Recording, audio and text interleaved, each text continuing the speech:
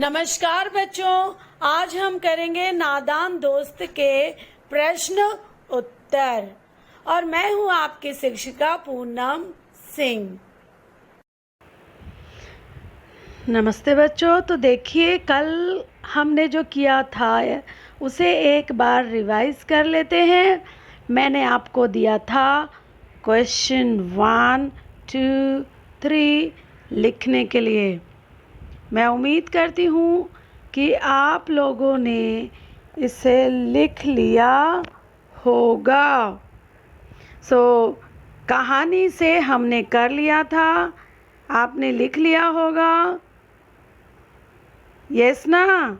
तो चलिए आज हम करते हैं कहानी से आगे, और मैं ले चलती हूँ आपको नेक्स्ट पेज पर। कहानी से आगे देखिए, ये प्रश्न है कहानी से आगे। क्वेश्चन 1, केशव और श्यामा ने अंडों के बारे में क्या अनुमान लगाए? अंडों के बारे में क्या अनुमान लगाए? यदि उस जगह तुम होते तो क्या अनुमान लगाते और क्या करते? ये दो प्रश्न, ये कहानी से इसका उत्तर लिखने की ज़रूरत नहीं है बच्चों। आपको ये पूछा गया है, यहाँ पे देखिए, केशव और श्यामा ने अंडों के बारे में क्या अनुमान लगाए। केशव ने अनुमान लगाया कि अंडे फूट गए हैं। अंडे फूट गए हैं और पहले तो कि अंडों की रक्षा करे, उसे संभाल कर रखे, उसके लिए घोंसला बना दे, उसके लिए दाना पानी का इंतज़ाम करे। ये चीज़ दोनों बच्चों ने सोची थी, केशव ने भी, श्यामा ने भी। अंडा फूटने से पहले और अंडा फूटने के बाद। अंडा फूटने से पहले दोनों के जो विचार हैं वो एक समान हैं। केशव और श्यामा ने दोनों ही चिड़िया और निकलने वाले चूजों, अंडों की तकलीफ़ के बारे में सोची, इसलिए दाना रखा, पानी रखा, खाने और उनके लिए छाया लगाने की सुविधा की। अंडा फूटने के बाद में केशव सही सोच रहा है कि हाँ, अंडा फूट गया है, लेकिन श्यामा बहुत छोटी है, इसलिए वो सोच रही है कि अंडे में से चूजे जो हैं, वो छोटे बच्चे जो हैं वो उड़ गए हैं। ये अनुमान लगाया दोनों ने, अंडा फूटने से पहले और फूटने के बाद।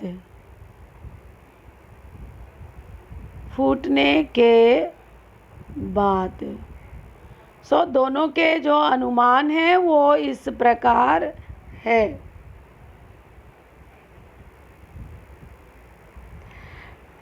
फूटने के बाद तुम होते तो क्या अनुमान लगाते और क्या करते? उसकी जगह पे ये आपको अपने विचार लिखने हैं बच्चों, और ये उत्तर भी आपको लिखना है।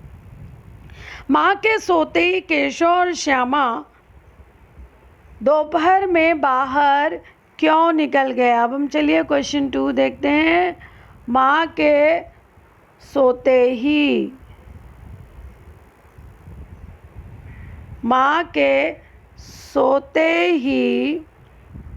माँ के सोते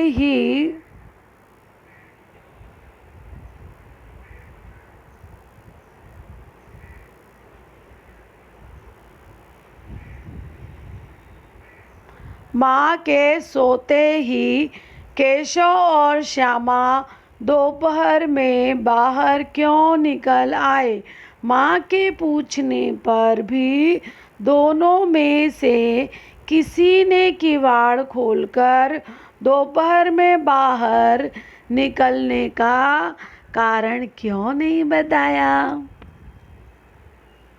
ये तो उत्तर आपको अच्छी तरह से पता है। दोनों माँ के सोते ही क्यों बाहर निकल आए? माँ उनको जाने न देती। माँ अपने बच्चों को सुधारने के लिए बहुत सारी बातें काम करने के लिए मना करती हैं माएँ। तो बच्चे समझते हैं कि माँ उनको रोक रही है। इसलिए केशव और श्यामा माँ के सोने के बाद बाहर निकलते हैं, माँ के चोरी से, माँ के चोरी छिपे। ये आपके क्वेश्चन 2 का पार्ट 1 हुआ। माँ के पूछने पर भी दोनों में से किसी ने किवाड़ खोलकर दोपहर में बाहर निकलने का कारण क्यों नहीं बताया? भाई, माँ को पता चलेगा तो दोनों को मार पड़ेगी, डांट पड़ेगी, इसलिए नहीं बताया। और दोनों ने चिड़िया को बचाने के प्रयत्न में दोनों एक दूसरे का साथ दे रहे थे। तो जब साथीदार थे उस काम के, तो दोनों में से कौन कैसे बता देता? इसलिए दोनों ने नहीं बताया। अनुमान से लिखना है बच्चों इसका उत्तर। अपने दिमाग से, आपने कहानी पढ़ी है अच्छे से, तो वैसे लिखना है। प्रेमचंद ने इस कहानी का नाम नादान दोस्त रखा। तुम इसे क्या शीर्षक देना चाहोगे? चलिए बताइए, आप क्या देना चाहेंगे शीर्षक? नादान बच्चे, हाँ, बच्चों की मासूमियत, अंडों का रख रखाव,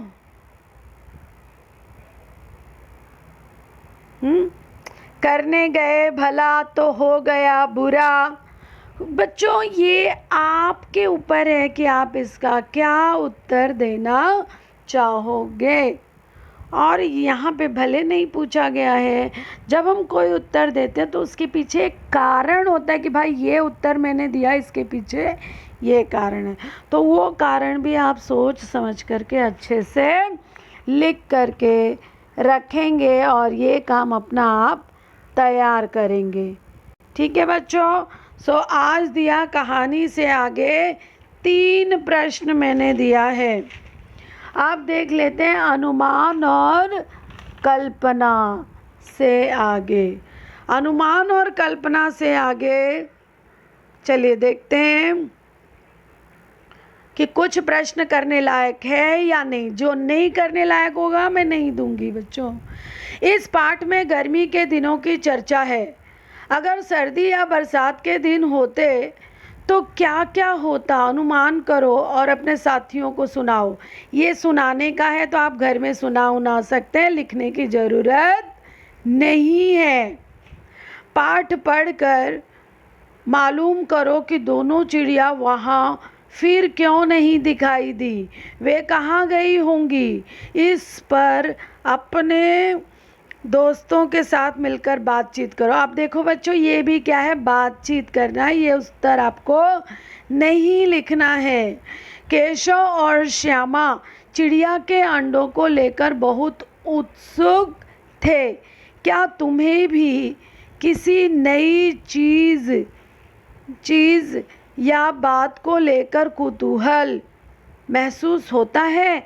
ऐसे किसी अनुभव का वर्णन करो और बताओ कि ऐसे में तुम्हारे मन में क्या क्या सवाल उठे।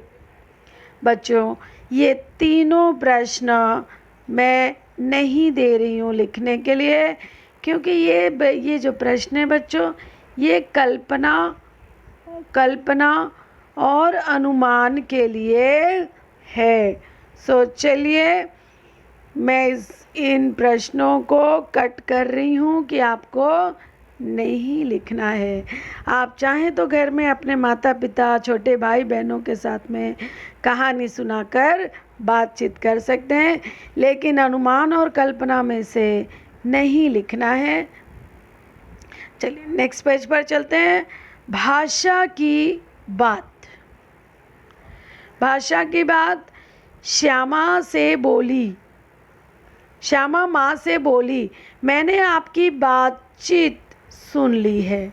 ऊपर दिए गए उदाहरण में मैंने का प्रयोग श्यामा के लिए और आपकी प्रयोग माँ के लिए हो रहा है बच्चों।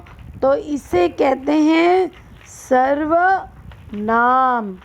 आपने सर्वनाम पढ़ा है, यस और नो? पढ़ा है ना सर्वनाम?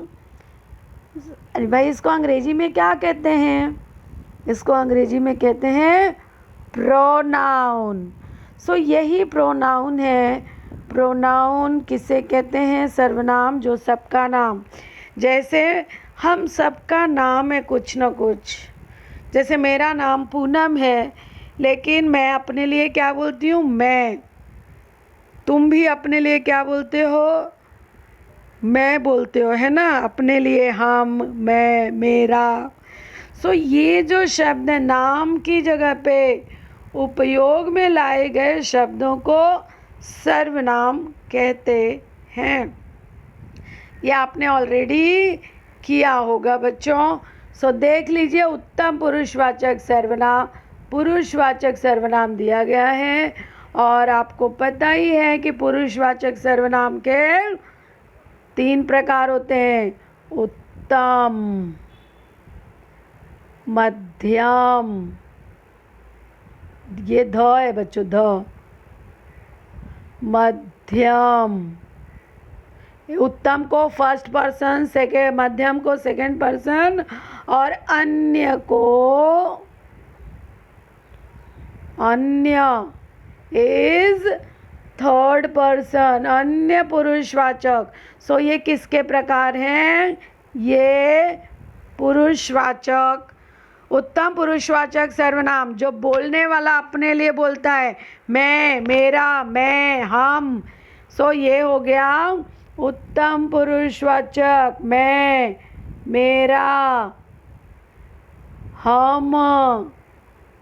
उत्तम पुरुषवाचक सर्वनाम। मध्यम में क्या आता है? तुम, सुनने वाले के लिए जो चीज़ें प्रयोग करते हैं। उत्तम इज बोलने वाला, फर्स्ट पर्सन इज बोलने वाला, मध्यम इज सुनने वाला, तुम, तुम्हारा, तू, तुझे, आप क्या कर रहे हो, आप। So second person. अन्य पर्सन में क्या है? अन्य पर्सन में है जब मैं और तुम किसी तीसरे के बारे में बात करते हैं, तो वो कहलाता है अन्य पुरुषवाचक सर्वनाम। वह, उसका, क्या हो गया ये? वह, उसका, उसे, उसने, ये थर्ड पर्सन हो गया, इसलिए इसे अन्य पुरुषवाचक सर्वनाम करते हैं। मध्यम में एग्जाम्पल दे दूं, तुम, चलिए, तुम, तू, तुम्हारा, लिख लीजिए, तुम्हारा। तो ये सब शब्द हो गया पुरुषवाचक सर्वनाम के। आपको दिख रहा है बच्चों? यस। सो आपने अभी कहानी से आगे का क्वेश्चन आंसर करने के बाद में इस वीडियो को फिर से देख करके थोड़ा सा अपनी नोटबुक में सर्वनाम के ये आइडिया दिमाग में रख लेंगे। आपने 5वीं में पढ़ा है, सो इसलिए इस टॉपिक को हम लोग विस्तार से नहीं करेंगे।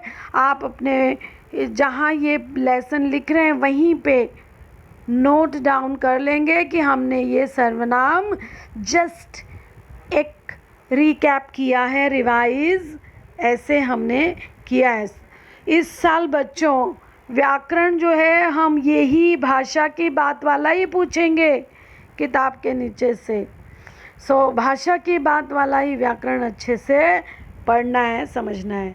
मैं ये अभी डिलीट करती हूँ, ब्रश हटाती हूँ, नेक्स्ट क्वेश्चन पे जाती हूँ। आप दोबारा वीडियो चालू करके देख के समझ लेना बच्चों। You have to take down this. Okay, now I am going to the next step.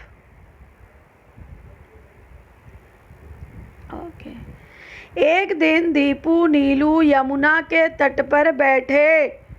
हम देखिए ये पढ़ रहे हैं। ओके, चलो इसको भी ब्रश कर देती हूँ, इसको दूसरे कलर से करती हूँ ब्रश। चलिए ब्लू कलर ले लिया मैंने। एक दिन दीपू और नीलू यमुना के तट पर बैठे शाम की ठंडी हवा का आनंद ले रहे थे। तभी उन्होंने देखा कि एक लंबा आदमी लड़खड़ाता हुआ उनकी ओर आ रहा है। बच्चों, ये उन्होंने अभी अभी जो हमने सर्वनाम किया, सो ये उन्होंने कौन सा हो गया मुझे बता दो तो टेस्टिंग भी हो जाए। उन्होंने, मैं is a first person, listener is a second person, मध्यम पुरुषवाचक सर्वनाम, एंड थर्ड पर्सन इज जिसके बारे में बातें किए जा रहे हैं। सो ये हो गया अन्य पुरुषवाचक सर्वनाम। ओके, सो देखते हैं कि नेक्स्ट पेज पर जाकर के कि इसमें प्रश्न क्या पूछा जा रहा है। ठीक है, सर्वनाम रेखांक खींचो।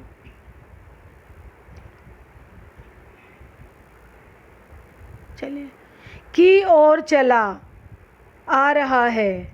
अब देखिए हम इस पेज पर हैं। ठीक है, ओके, और चला आ रहा है। पास आकर उसने बड़े दयनीय स्वर में कहा, मैं भूख से मरा जा रहा हूँ, क्या आप मुझे कुछ खाने को दे सकते हैं? ये सब तो बच्चों जो मैंने ब्लू से अंडरलाइन किया, ये सब सर्वनाम है, आप समझ गए होंगे। चलिए, ये सब सर्वनाम था, अंडरलाइन कर लीजिए, नोटबुक में लिख लीजिए। नोटबुक में आपको ये शब्द उतार करके लिखना है और इस नोट्स बनाने हैं बच्चों। नोट्स मेकिंग टेक्निक का उपयोग करना है। ठीक है, जैसे मैंने वो एक चार्ट बनाया पुरुषवाचक सर्वनाम, उसके तीन टाइप में से ये सारे वर्ड्स बताए, उसको आप अपने बुक में एक चार्ट बना करके रख सकते हैं। चलिए अब हम देखते हैं क्वेश्चन नंबर 2। तगड़े बच्चे, मसालेदार सब्जी, बड़ा अंडा। बच्चों, हमने अपने चौथे दिन की क्लास में विशेषण ही तो किया था, याद आया? यस, तगड़े बच्चे। इसको चलो दूसरे कलर से आज ले लेती हूँ, हमारे पास यहाँ कलर की सुविधा है। सो तगड़े इज अ विशेषण, मसालेदार इज ऑल्सो विशेषण, अंडा इज ऑल्सो विशेषण। यहाँ रेखांकित शब्द क्रमशः बच्चे, सब्जी और अंडे की विशेषता यानी गुण बता रहे हैं, इसलिए ऐसे विशेषणों को गुणवाचक विशेषण कहते हैं। इसमें व्यक्ति वस्तु के अच्छे बुरे हर तरह के गुण आते हैं। तुम 4 गुणवाचक विशेषणों को लिखो और उनसे वाक्य बनाओ। बच्चों, मैं ऑलरेडी 10 वाक्य बनाने को दे दिया है मैंने चौथे दिन की क्लास में, याद आया ना? पूरे घर में से जो 10 हर चारों प्रकार करवाए उस दिन मैंने। So we are not doing this question today. Okay, 4 उदाहरण लिखने की ज़रूरत नहीं है। उस दिन हमने अच्छे से 10 घर में से ही ढूंढ ढांड करके 10 उदाहरण लिखने को दिए थे। So no need to do it. Okay, Keshav ने झुंझला कर कहा। ये क्वेश्चन इम्पोर्टेंट है आज के लिए। आज के लिए मैं आपको ये क्वेश्चन दे रही हूँ, ये थर्ड वाला। यस, सो चलिए थर्ड वाले पर चलते हैं। केशव ने झुंझलाकर कहा।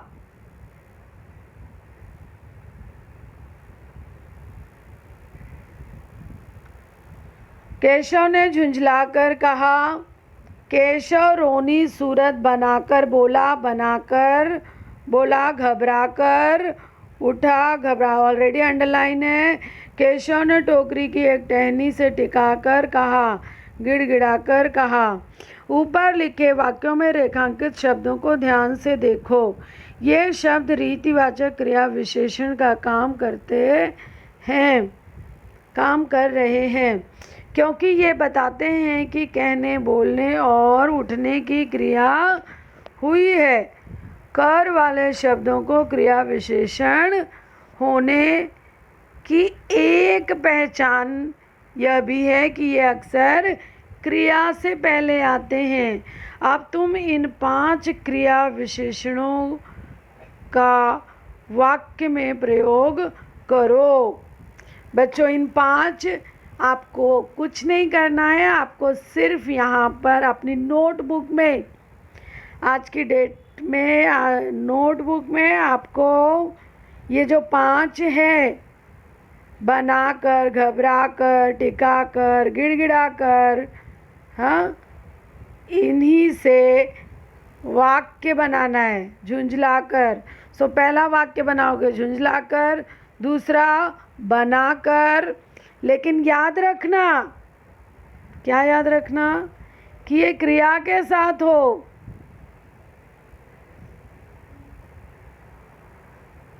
यस, झुंझलाकर कहा।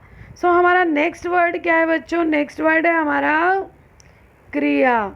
सो ये हो गया क्रिया, और झुंझलाकर हो गया कैसे विशेषण।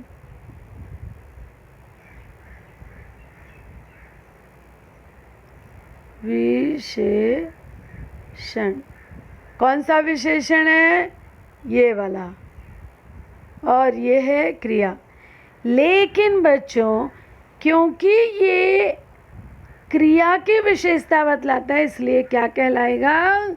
इसलिए ये क्रिया विशेषण कहलाएगा।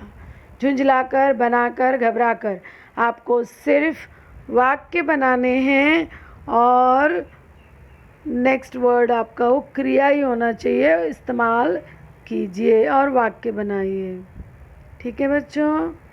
सो आपको ये क्वेश्चन नंबर 3 आपको नोटबुक में लिखना है,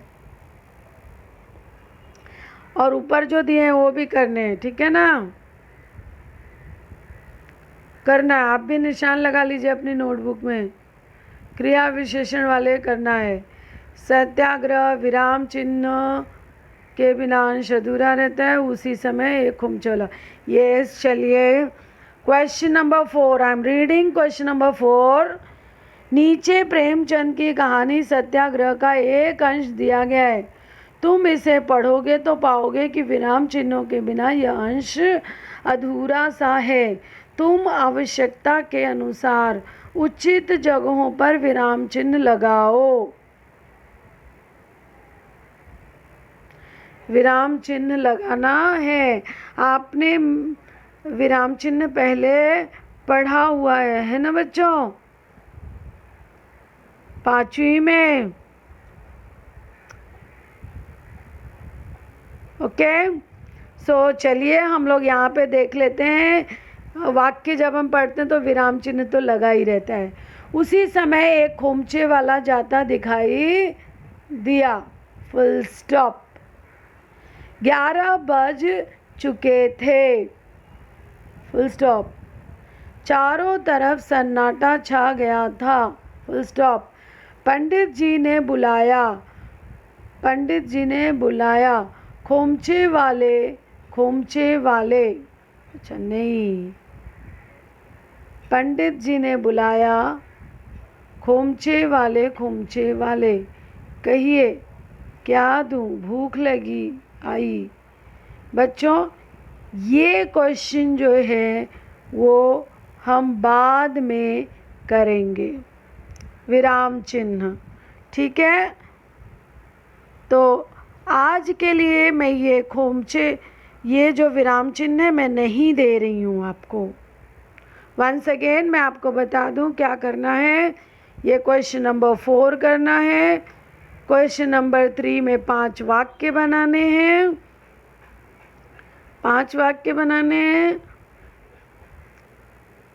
देन विशेषण हमने और सर्वनाम हमने किया, तो सर्वनाम का वो चार्ट बनाना है। अनुमान कल्पना से एक भी क्वेश्चन नहीं करना है। कहानी से आगे तीनों क्वेश्चंस करना है बच्चों धीरे धीरे वक्त निकाल करके आज का काम अभी कीजिए। चलिए आज के लिए धन्यवाद।